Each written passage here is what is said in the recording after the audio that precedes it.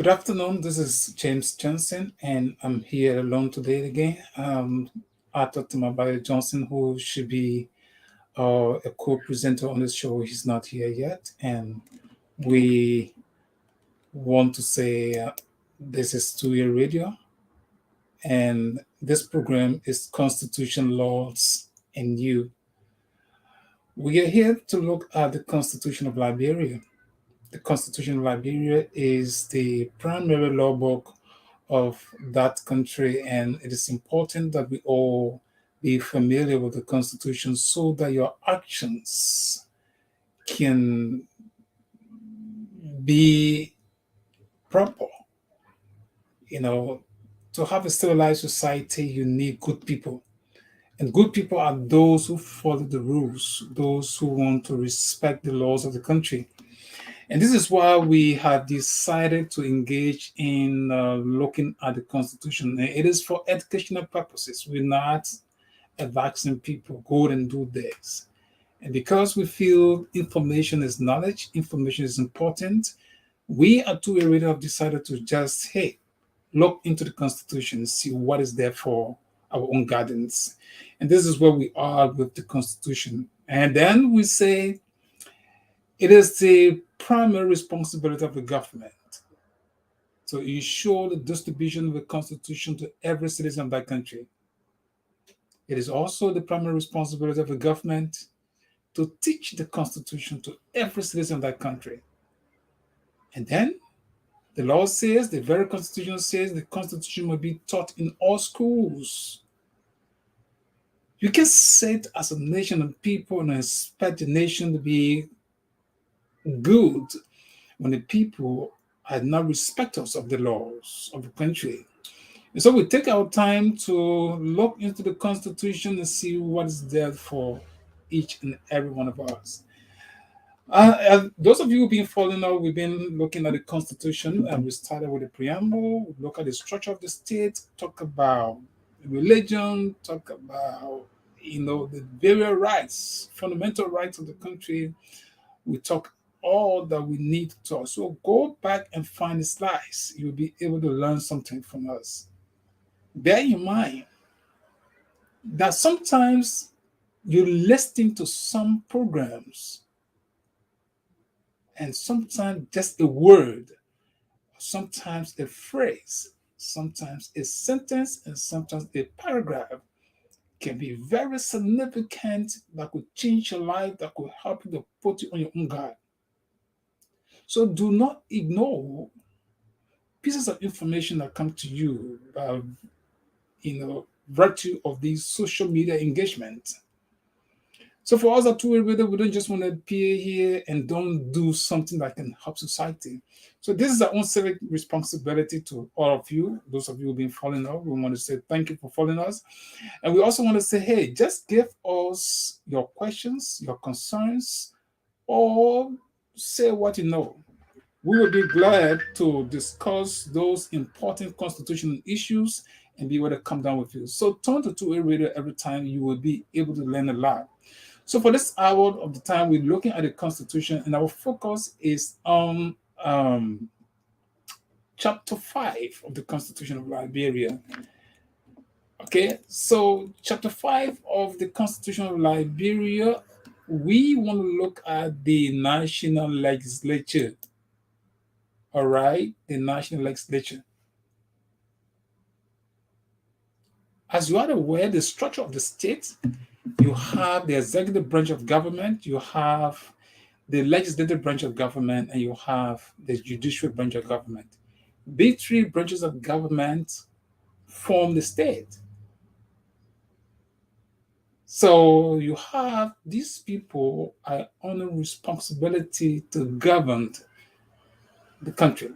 So that section of the Constitution, Article 5, talk about the National Legislature. What is it that you know about the National Legislature? What do you know about the National Legislature? The National Legislature is the first branch of government. In the structure of the state, the National Legislature is the first branch of the government. it has a sacred responsibility. And so we cannot ignore knowing the constitutional provision that talk about, the first branch of government. What do you know about the first branch of government? Under Article 29, it says the legislative power of the Republic shall be vested in the legislature of of Liberia, which shall consist of two separate houses. So the legislature comprises of what? The House of Representatives and the House of Senate. Article 29 says both houses must, compulsion, right? Must pass on all legislation. Must. So both houses must pass on all legislation. That is important. We underscore that. The enacting style shall be, it is enacted by the Senate and House of Representatives of the Republic of Liberia in legislature assembled, meaning that both houses assembled in a separate chambers. One passed a piece of legislation, the other one concord, and then it is in agreement with the provision of the Constitution. That means both houses have passed on the piece of legislation before it can go to the president for signature and then to printing before you have a piece of law for the country, for the government of the country. So when we talk about the structure of the legislature, you know now that you have the House of Representatives and the House of Senate. So the next question we ask ourselves is, how do we get Liberians to work in this branch of government? How do people get to these places to work? And who are those people? What are the criteria to get someone serving in this branch of government? Do we just get people from the street and send them there? No, we shouldn't. Right? So there is a criteria, there is a requirement, or there are requirements as to how people can get in the national legislature to work for the people of Liberia. So the first thing is this position, or the positions currently, I know there are, assuming this is the first time ever, people would have been canvassing for 30 positions, meaning there would have been 30 senators. Each county, as you may be aware, represent a county. So, taking the 15 counties into consideration, you have 2 senators for each county, and then you have 30 senators representing the entire country. All right. And for the House of Representatives, you have 73 individuals or vacant seats. Not vacant as it is, but taking it as this being the first time of discussing the Constitution after it was adopted, you have 73. All right. So right now, altogether, you have about 100 senators and representatives out of the 5 million persons in Liberia that represent Liberians at that branch of government. That's important, right? 100 persons are making decisions for nearly 5 million persons. So then, who are those that you're supposed to send? Who are those you're supposed to elect from the almost 5 million persons to represent? Or how many persons that we already agreed that it's 100 persons you're supposed to elect? So that is important. I'm emphasizing it because the decision you make could either suffer you or could benefit you. The people you elect could be in your interest or could be in their personal interest. And this is why it is better that you understand the Constitution so that you can make an informed decision. There's no joke about this. If you do not make an informed decision, you suffer the consequences. And that is very important.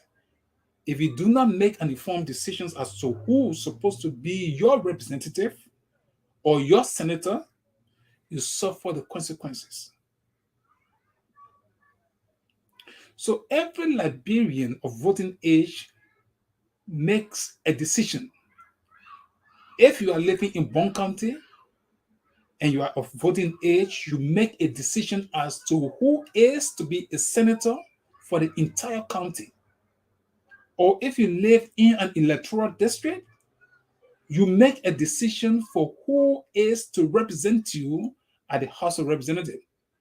So these important decisions, if you cannot understand it in full or take the time to ask questions so that you can make an informed decision, after you make a decision within the 6 years period or 9 years, you suffer the consequences because of that decision you did make at the time.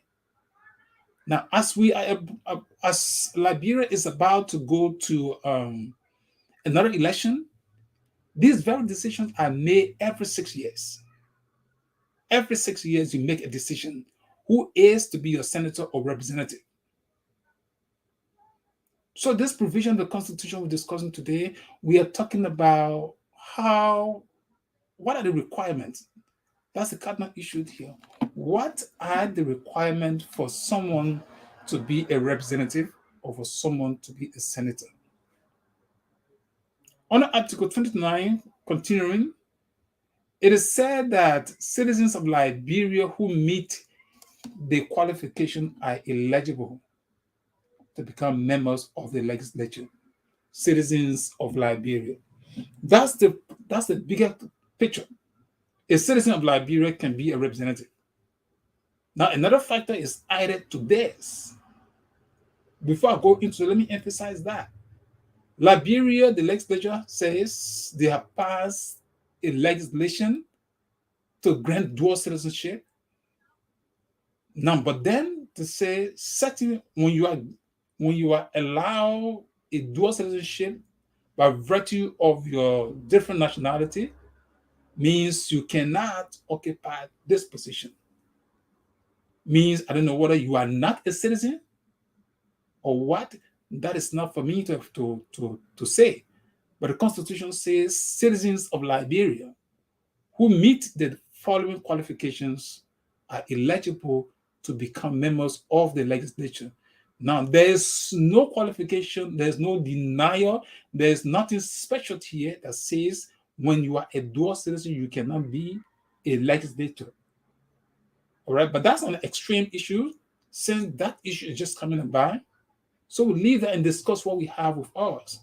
Article 30 says you must first be of a citizen of Liberia before you can decide to be a member, an elected member of the legislature, either a senator or a representative. You must be a citizen. That's the first requirement. That's the first criteria. That's the first thing that you need to have to your credit before you can say, oh, I want to contest for this District 10 of Mossorado County, District 10 of, well, no, okay, I think only Mossorado has District 10, if I'm not mistaken.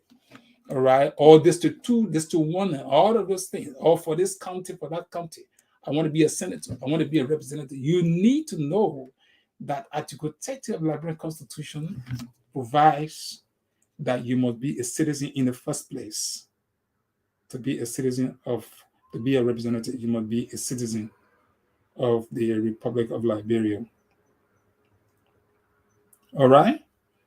So, yes, you must be a citizen of Liberia. All right. The second requirement is for the Senate, you must have been the age of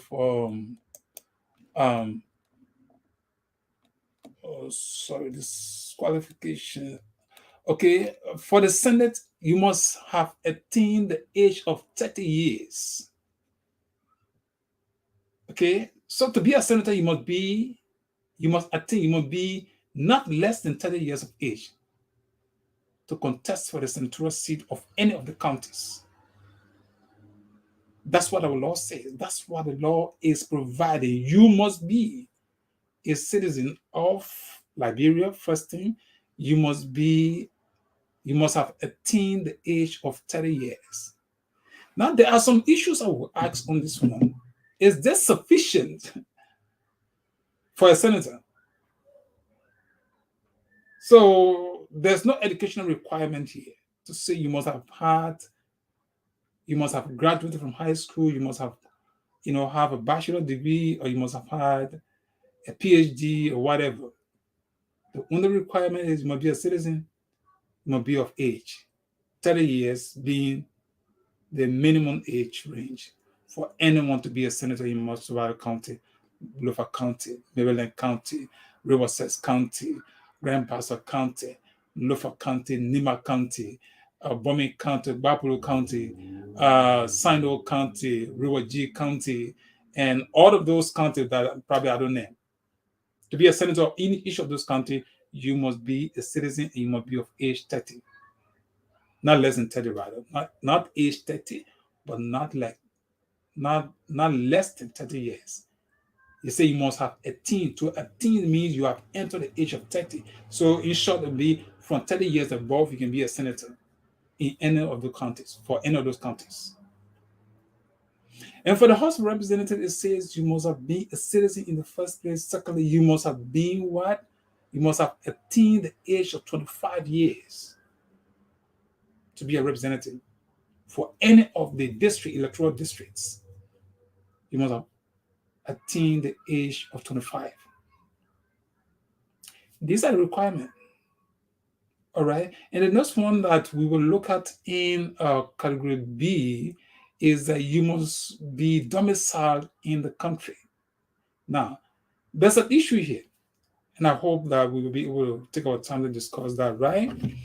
You must have obtained, you must have domiciled in the country, or you must have domiciled in the constituency to be represented not less than 1 year prior to the time of the elections, and be a taxpayer. So what we are understanding here from article, oh my God, let me just go do some stuff here. Just a minute.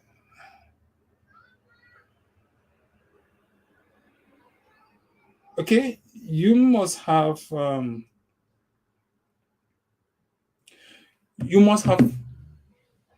been domiciled, you must have resided, you must have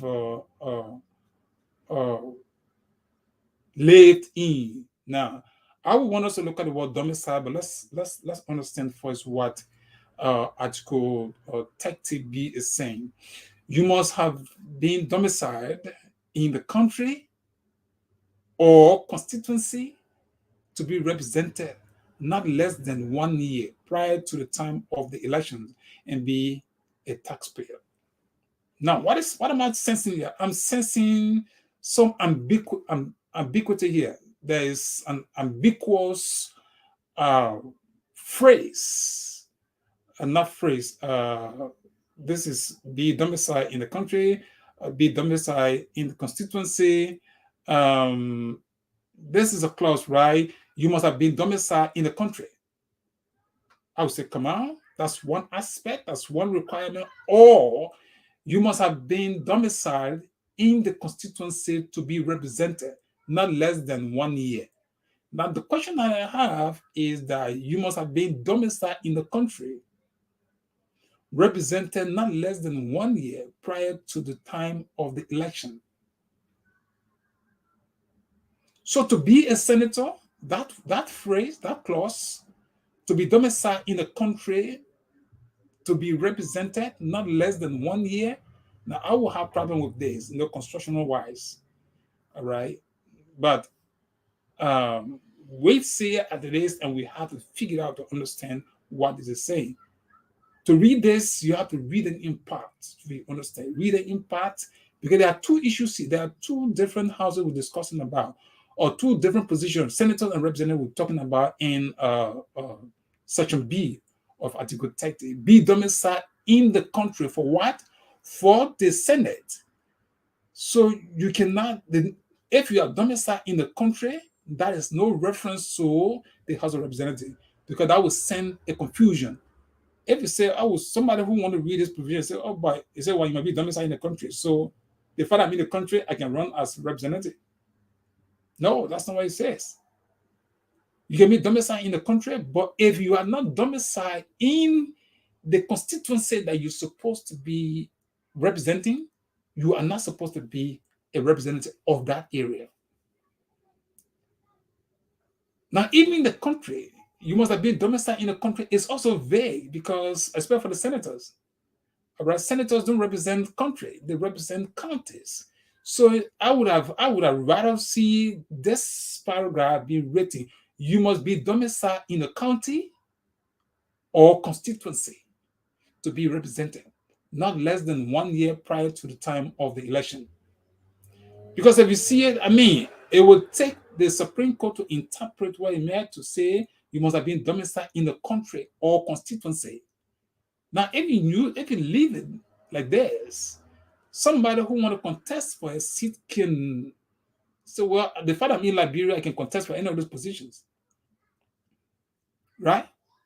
You might be domiciled, but the only catch is to be represented. Even to say to be represented, there's no senator that represent a country. So he said to be domiciled in the country, it is very ambiguous, and such thing need to be amended to give the real picture as to what the framers intended to say.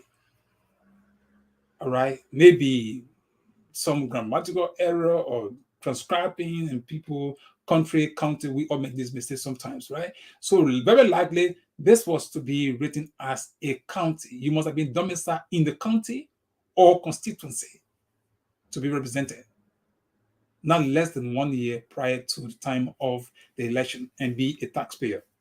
So this is important because if you do not notice, these are situations in that conflict. Somebody say, okay, like for example, and I'll be very specific, we had the situation with Edwin Snow, right? Edwin Snow represented Moserado, I think, District 5, District 5, District 6, some part of Moserado. Then sudden, his own political calculation, he decided to go to Bomi County to contest for Bomi County. He did, and he won, all right? So the argument came, was Edwin Snow domiciled in Bomi County? So this argument went about. Now, without understanding the provision, without constitutional interpretation, anybody can play around these kinds of construction. You know, so the Senate attained the age of 30. That's the first requirement. Then you must be to be a representative. You must have an age 25. Senator is 30. Then the next one is you must be domiciled in the country, and you must be or constituency. So who? Because this section is not about president. This is a section, chapter 5 is a section that deals with senators and representatives. That means the legislature. For the president, we have a different section. So you cannot be talking about the president here. So there is domicile in the country or constituency to be represented, not less than 1 year prior to the time of election, and be a taxpayer. So if we were to ask ourselves, what are the requirements to be a senator representative? Let's talk about senators first. You must be 30 years of age. You must have been domiciled in what? In this case, the country, right?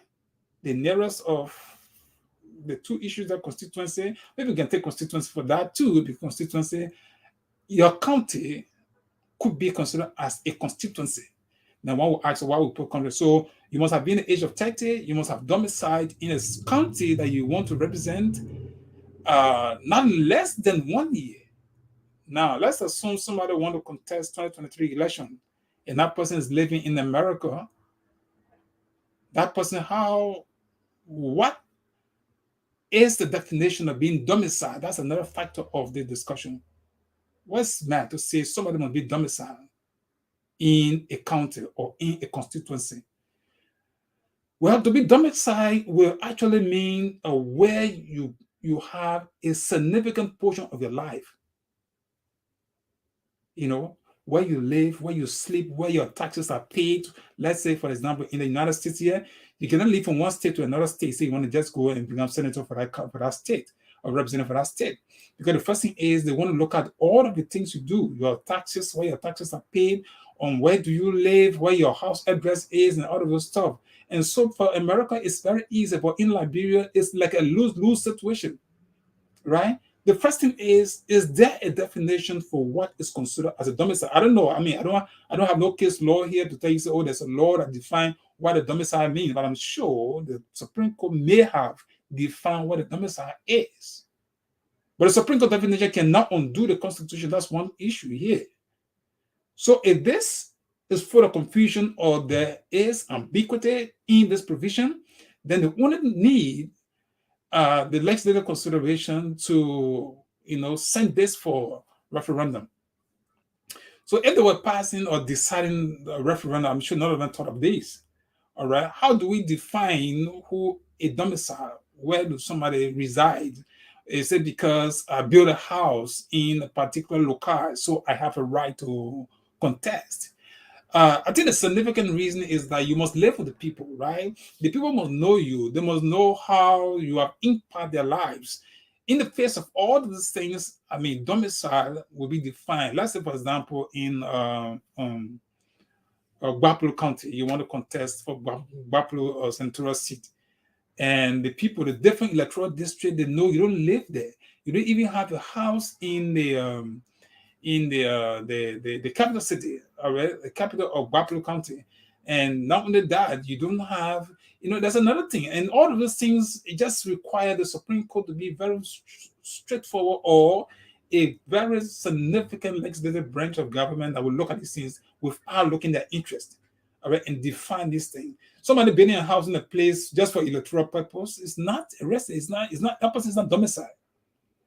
If say you must be domiciled, so because I want to contest election next year, I go in there and build a house quickly and then put everything in it. Does that mean that I'm domiciled? Well, the fact that you have an ambiguous constitutional provision like this, somebody can go and build a house.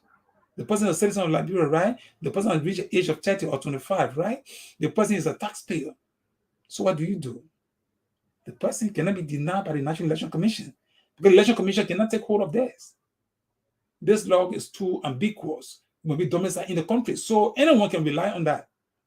And I hope, let me be clear. Let me give a disclaimer here. This constitution I got it from online, so I hope this is not an error, by any of these other loose constitutional documents we have out there.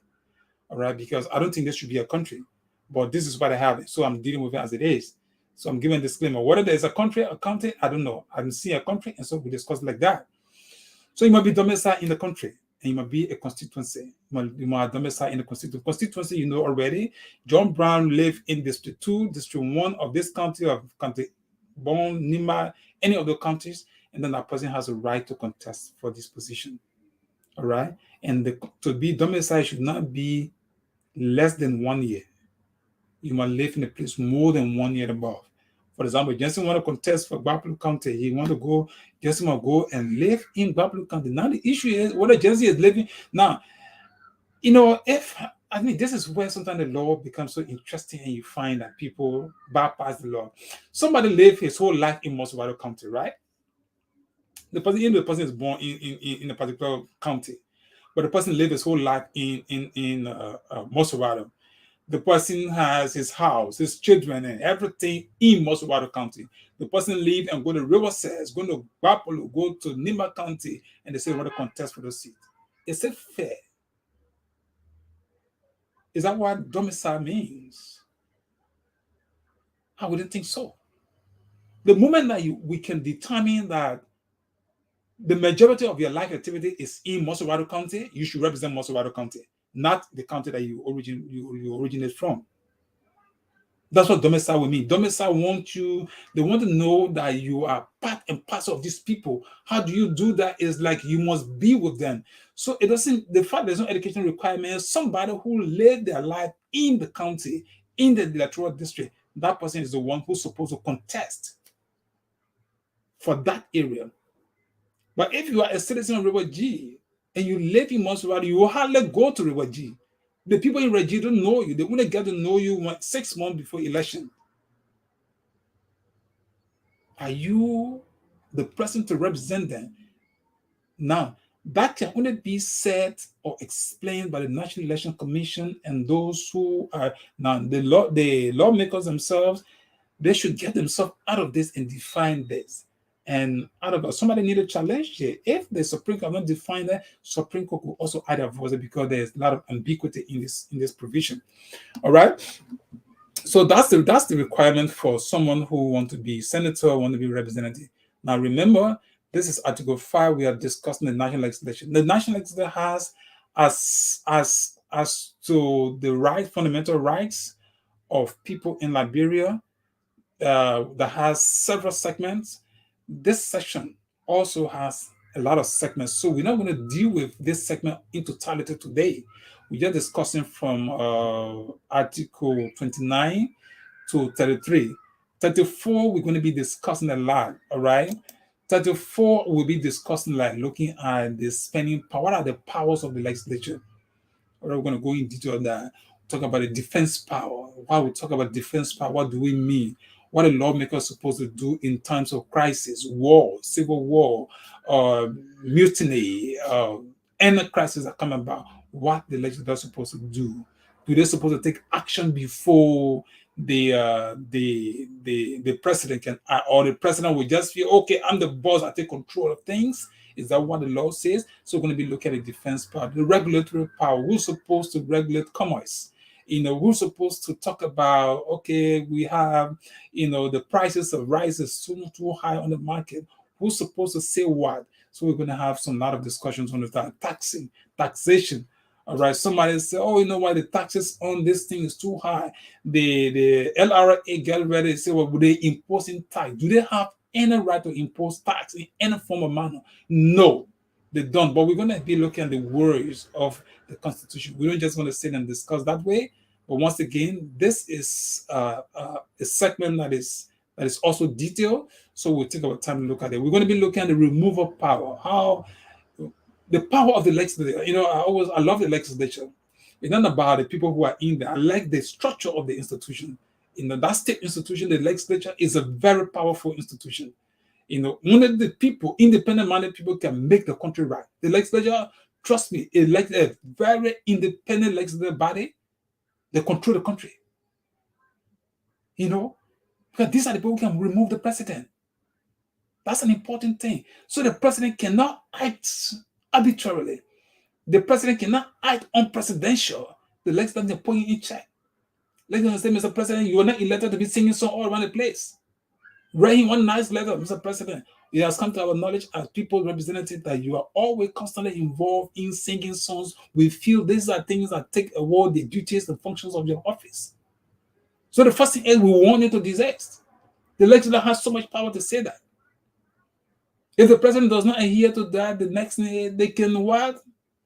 Begin to start some kind of thing, powerful decision. Power of impeachment is in the hands of the legislative branch of government. That's so powerful. So that's why people, when you're electing people in a position, you must find like-minded people. Find people who are like-minded, people who are educated, people who can think, people who can say, oh, because I don't have money, so I had to sell my birthright to the executive branch of government. People who see governance as a responsibility. That's what the Constitution is talking about. And I mean, even the chief justice and the associate justice and all judges, the legislature can remove them. How powerful these people are.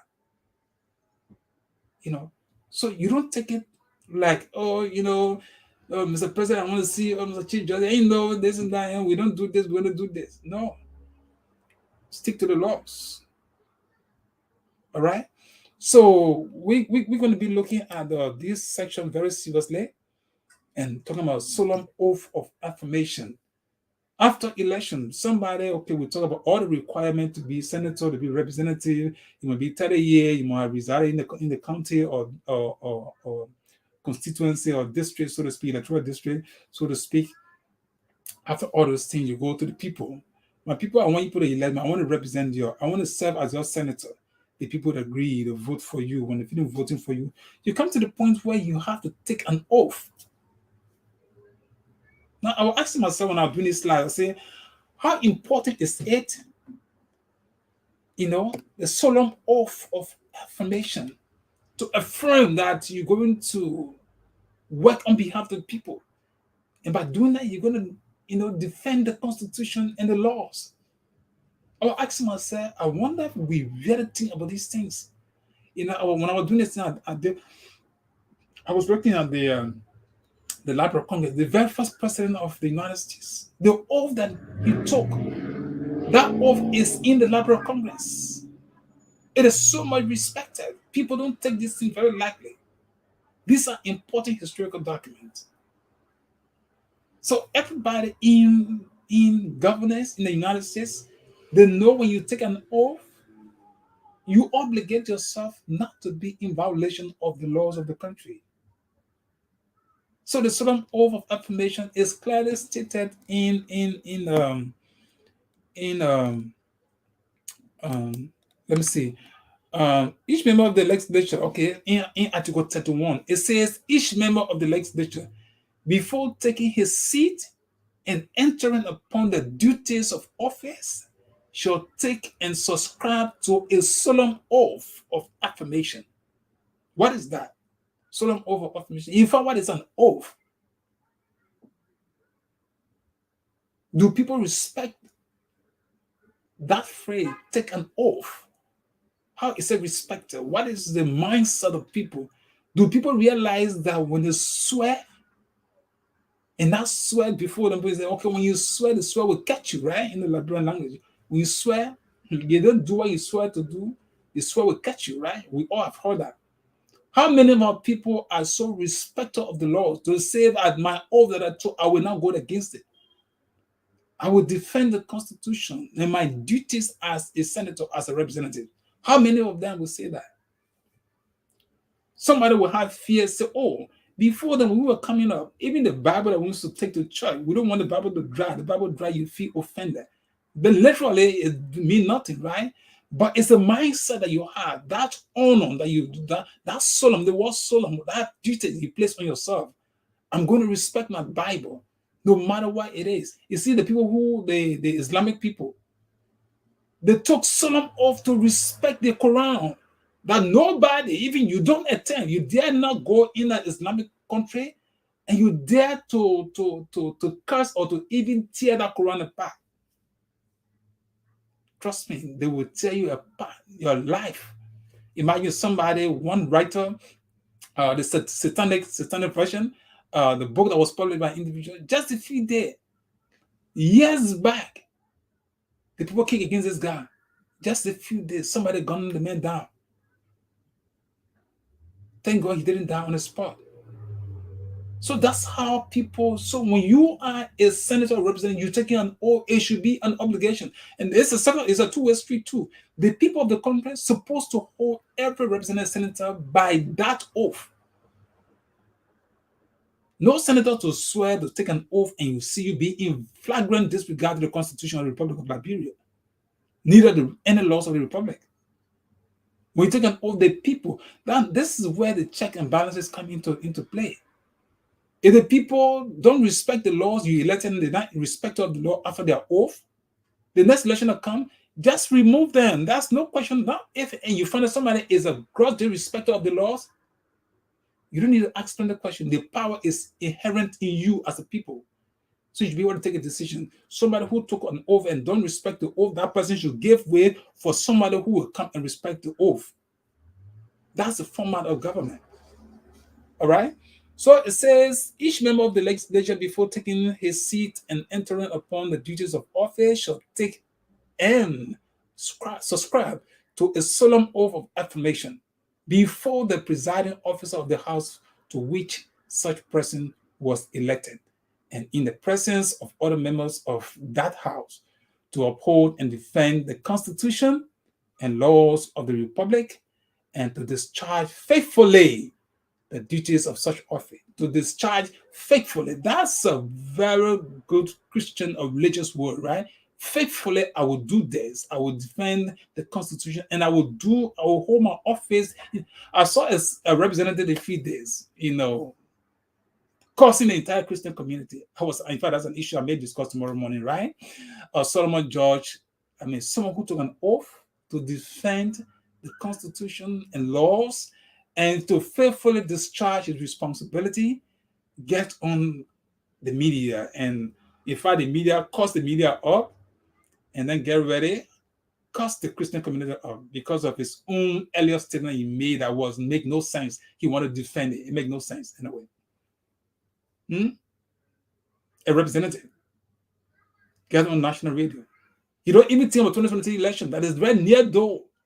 All he concerned about Georgia, I like you, this, this, where we're coming from, all of this. At the end of the day, you don't know that Georgia himself, he has no power to elect himself, but the people who have to elect him. You don't have the analytical skill to get to realize that the LCC, Liberal Council of Churches, they are all fools. Imagine that. You say that, and we're going to help you to promote those statements very soon. All right. The LCC, they are all fools. You don't know that, in fact, look at the Christian community, the population of Liberia. I just said, now, who are Christians? It doesn't matter whether somebody is a faithful Christian and Holy Ghost filled person. Liberians, even those in the ghetto, they will always call, oh man, Jesus Christ, thank you, Lord, thank you, Lord. So you get together now, you don't understand, you don't really know politics, the dynamics is different, and you get ready and cause the entire church community. You describe them in a way because you're angry. Somebody try to correct you for your own statement you made that you shouldn't have made. Then you get on national radio.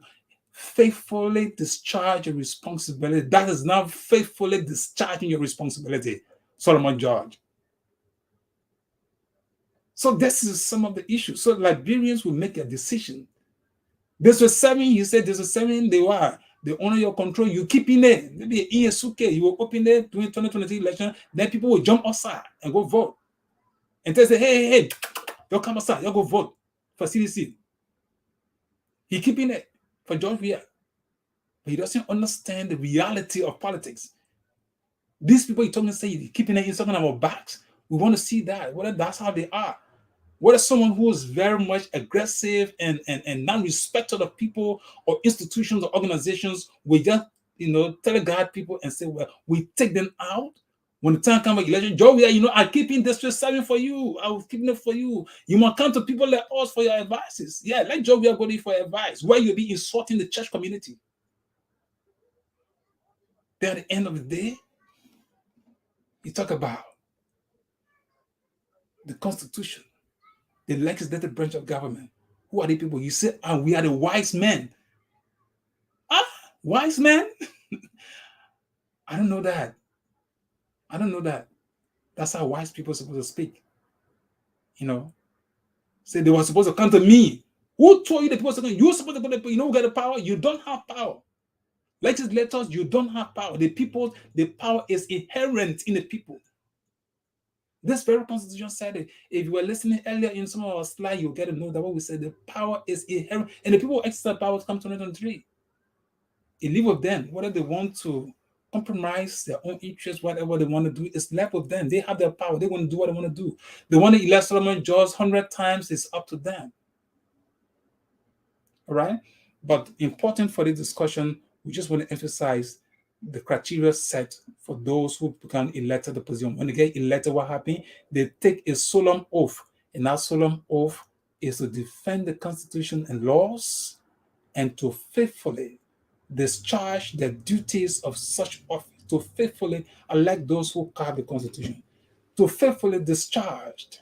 You must be a representative, you must be an honorable man. The word honorable is with distinction, people with distinction, someone who, when they speak, people, listen for wisdom, so that's why the Article 31, right? Okay, so we go back to the legislature shall assemble when? How many? What is it? Let's go back to this. Okay. You have sections of the legislature. Now, this is found in Article 32, right? How many sections are there as per this provision? You have two different sections. We talk about what? Sessions, regular sessions, and you have extraordinary session. So the National Legislature, they do have a session of the legislature. A session of the legislature means once every year, second working Monday. They assemble to begin a session. You have heard 54 section, uh, 56 section, and all of those stuff. So when they meet every year, that year constitute a session. So they meet the open for an ensuing section. That means from the second working Monday till the time they close, they go for recess and they come back. Now, when they come back in an extraordinary way, not the regular way, that is called an extraordinary session. All right. And that's almost like an emergency session. As we speak, we are understanding that so Yaka Koluba and I think the people forcing or some kind of a money, when the president called them by, they sort of gave them some huge money beside the $30,000 they took. So all of these things are all part of this session, the inner workings of the legislature. Importantly, what we want you to know in this point, there are two different sections here. The Constitution speak about, the section, regular session, and that is, oh my God, there's this, I'm not too far from the playground, so that noise out there. All right. So the regular sessions are held it starts every second working Monday. Right. After that, when they close, I think they close when? Some part of before they have a constituency break, right? I don't know the particular time. So when that is done, when they close, and the president wants them to come back because of some urgency, he can call them. When he calls them back, he pay them, I think, twice of the money or 1/5 of the money, whatever, twice or double, whatever is like. I don't know all details, but that's not a constitutional issue. It might be by law, right? So important for this aspect is we have two sessions. The regular sessions is every uh regular session starts every second working Monday. All right. And then the legislature, when they are called by, is called an extraordinary session. That's important for our discussion here. All right. And then we have, okay, um, the workings of the legislature. There are a few things that we need to know as a people. Your people cannot represent you, you don't know what they're doing. So, what are some of the things that we need to know? All right. Article 33 of the Liberal Constitution says, that is on chapter 5, it talks about what constitutes a quorum before the people work. Some of you who run organizations, you say we must have a quorum before we have a meeting. In this case, the national legislature, they must have a quorum before they do legislative business. Okay, and so the Constitution has defined that quorum. All right. So what is that quorum? So, quorum for legislative sections, you must have a simple majority. Now, what is simple majority? Simple majority is just half of the total membership. For example, if the senators are 30, half of 30 is what? 15, right? So simple majority just take what? Half divided by 30. All right, 2 into 30, that's 15. 1 times 15, that's 15. So, and I'm doing math here. So, half of 30 is what? 15. Half, let me just put it in your head. But mathematically, why? Just put 1 over 2 times 30, 2 by itself, 2 into 30, that's 15 times. So, 1 times 15, that's 15. All right, so that's just small mathematical exercise. Anyway, simple majority is what is called for. So when they say half, simple majority, just imagine that the common definition of simple majority is half of the total number of each house shall constitute a quorum. So to do legislative business in the Senate, you just need 15 senators to sit. But that's not all to it.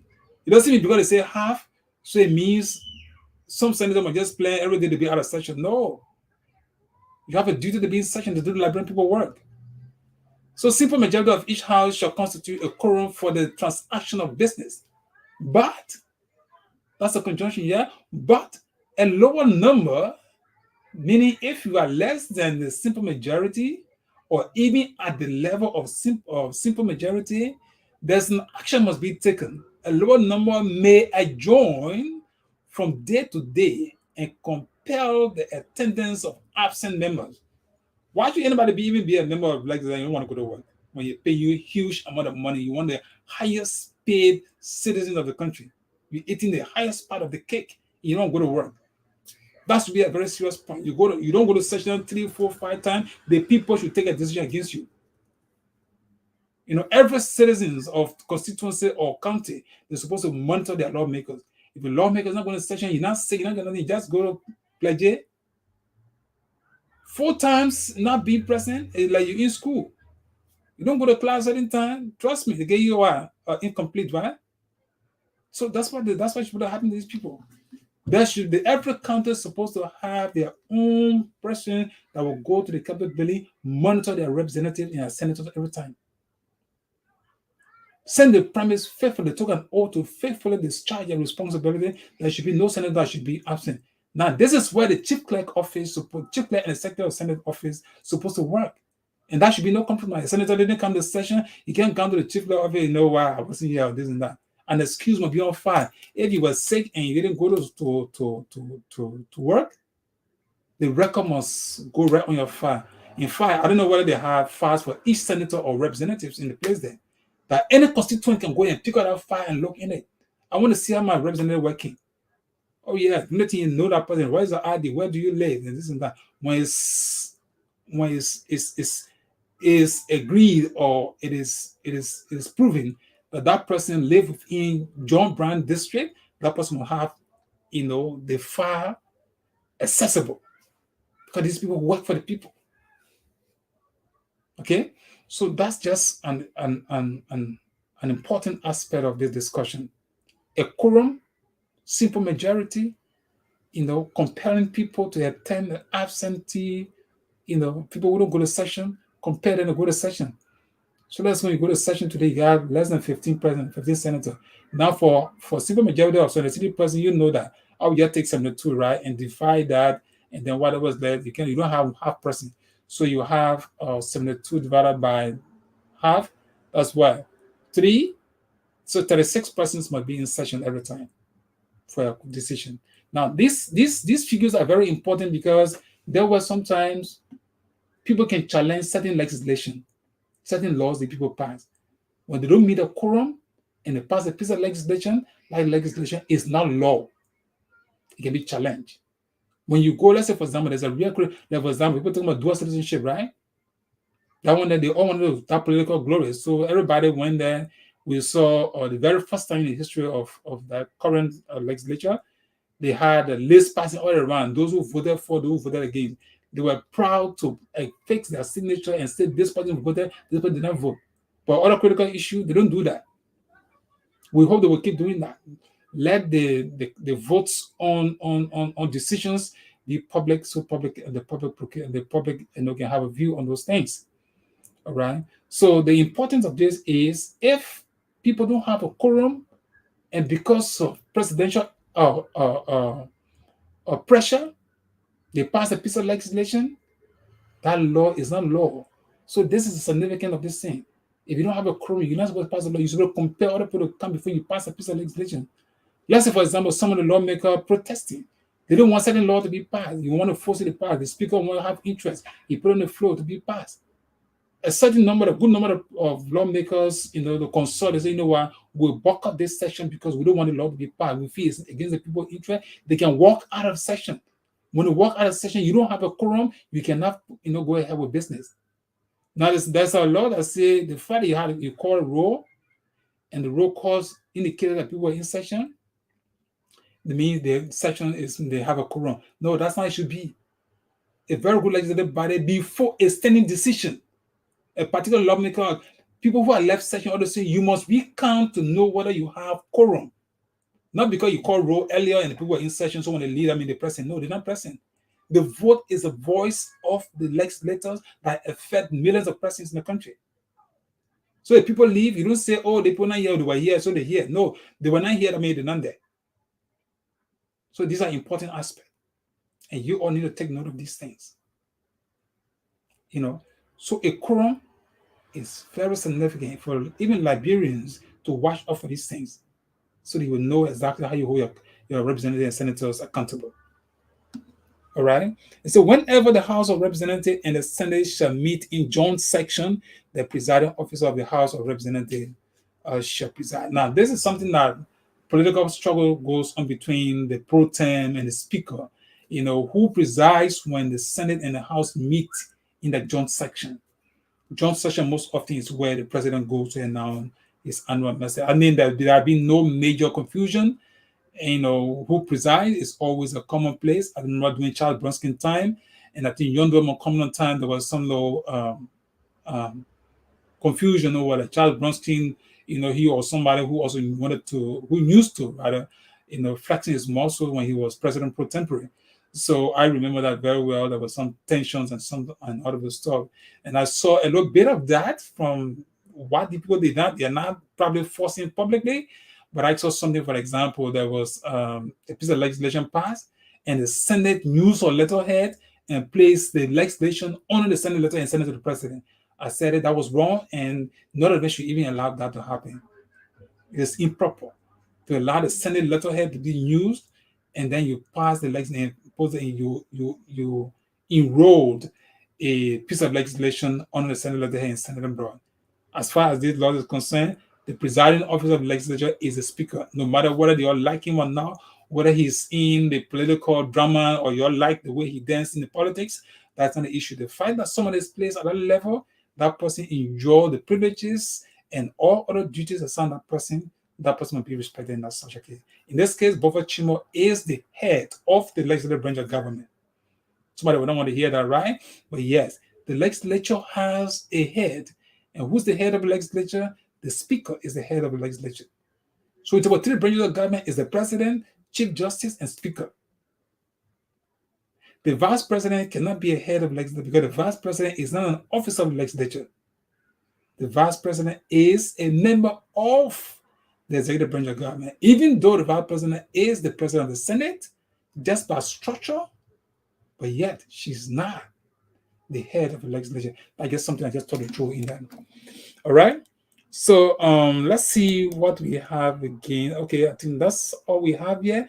So here we have key terms for today's discussion. We want to know what is a legislature. Sometimes we all misspell these things, right? It doesn't mean you don't know them, but sometimes they were LEGIS, legislature. You need to know how to spell them. You need to know them. The legislature, talking about the first branch of government, is a branch within a democratic governance that allow a group of people to elect certain people to represent them. So whether they are senator or representative, they represent the legislative branch of the government. Okay, representative, who are representatives? Someone who is elected the position, right? The Senate, who is a senator, someone who represents a county. In the context of Liberia, someone represents a county. In the context of the United States, someone represents a state. All right, we come to see who are domiciled. Who is domiciled? Who is considered to be domiciled? Dwelling in a place. How do you dwell in a place? How can we say someone is dwelling in a place? We said a lot about it. You're not just going to a place and build a house there or doing one or two things. The place where you have your primary duty is where you reside. In the way it's a context. And Liberia can watch out for those things. All right? So that's important that constituency. What is a constituency? Someone who, like, there are electoral constituencies, right? They have electoral districts.